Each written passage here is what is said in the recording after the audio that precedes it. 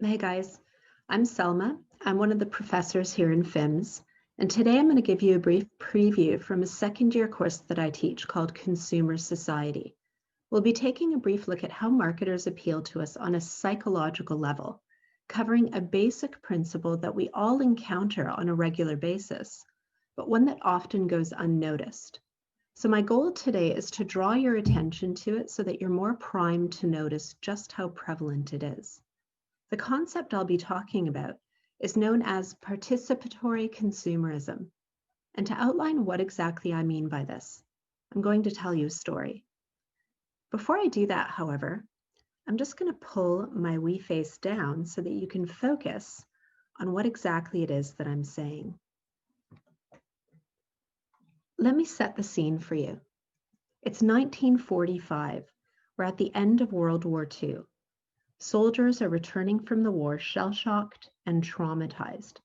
Psychoanalysts use the technique of free association to help these soldiers. Now, free association is what many of us think of when we think of Freud, the idea that you lie back on a couch and you talk, saying whatever comes to mind. The idea is that you place your mind in a sort of free flow that allows subconscious feelings to bubble up to the surface, giving the psychologist access to deeper feelings that you might not even be aware of. Well, 1 year later, in 1946, this fine fellow that you see on screen, the psychologist Ernst Dichter, he decides that he's going to apply this principle to products. So instead of talking about yourself as the soldiers did, you would free associate about a product, saying whatever comes to mind in relation to that consumer good. Once again, you'd put your mind in a kind of free flow, allowing subconscious feelings about that product to bubble up to the surface so that Dichter could tell exactly what that product means to you on a deeper level. This psychological technique is still with us today. Can you guess what it is? If you guessed focus group, you'd be right. One of Dichter's early clients was Betty Crocker. The interesting thing to note about her is that she doesn't actually exist. In the 1920s, the General Mills Company wanted to make their food products seem more relatable to housewives of the time. They wanted to make housewives feel like the product had the seal of approval from another homemaker. So they created a fictional character, giving her a wholesome all-American name, Betty Crocker. She would make consumers feel not like they were buying a product from a big corporation, but rather that they were buying a product from Betty herself. And Betty, of course, knows how to bake. So they hired an actress to pretend to be her in advertisements. This is a still image from a 1953 ad, and the closed captioning in the corner shows you that the narrator of the ad is introducing this actress as Betty Crocker herself. It isn't, because Betty Crocker doesn't exist, but it's a technique of personalizing the product. It adds what we call ethos or credibility to the brand. It seems credible because a homemaker is telling us that the product works. Of course, it's a fiction, but it's one that we literally buy into nonetheless. So in the 1940s, the Betty Crocker Company is conducting market research. They're thinking of developing an instant cake mix, and they want to see if customers like the idea. This is a cake mix made of powder. All you'd have to do is add water, bake it, and you'd end up with a cake. They polled consumers, asking the housewives who would use the product what they thought of it. And they welcomed the response. They wanted the convenience of this consumer good. So naturally, the product was developed. This is what it looked like. The Betty Crocker Company stocked the shelves and they waited for the money to roll in. But there was a problem. Nobody bought it. The company was completely surprised. They had created this product in response to consumer desire. Customers said that they would buy the product, but when it was actually made available to them, nobody did. What was going on? The company hired Dichter to conduct a series of focus groups. In these focus groups, he had housewives free associate in relation to the cake mix. He saw that they liked the ease and convenience of the product, but there was a barrier that actually kept them from buying it. And that barrier was unconscious guilt. You see, it was too easy. They felt like they were cheating. They were deceiving their families and their guests. In the 1940s, if you were a housewife, feeding your family and guests was your job. With an instant cake mix, you felt like a fraud. So what Dichter suggested was that they build a greater sense of participation into the product. He said if you involved the customer to a greater extent, if you got them to participate to a greater degree, you could remove that guilt. The Betty Crocker Company said, okay, that's a great idea, but how on earth do we do that?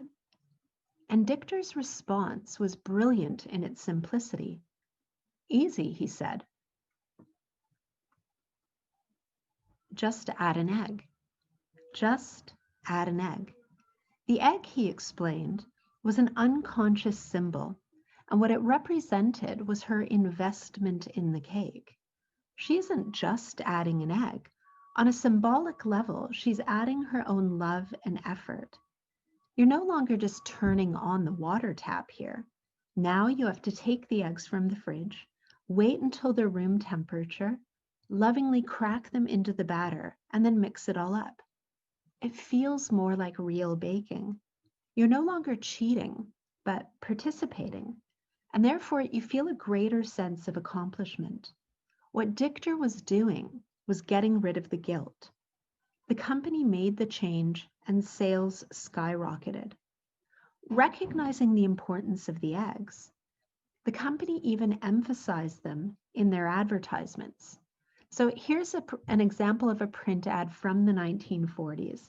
And you can see up top, it says, Betty Crocker cake mixes bring you that special homemade goodness. Notice what it says in the box that's placed directly next to the hand holding the 2 eggs. Because you add the eggs yourself. Notice that the you is underlined here. It's even echoed once more in the word yourself. So the focus here is on your role. They're emphasizing the consumer's participation. What we see here is the interactive appeal of the product, and this is often called participatory consumerism. It's not just a strategy of the past. Even in our prepackaged economy, we find remnants of this idea everywhere. It's all about the importance of the consumer's active role. We often find it in the world of food. Sometimes, as with Betty Crocker, it's a literal egg, just like we see with these food bowls. Here we've got a meal from a microwavable bowl, but if you just crack an egg, what you end up with is a guilt-free meal. But it doesn't have to be an egg. Burger King famously tells us that you can have it your way.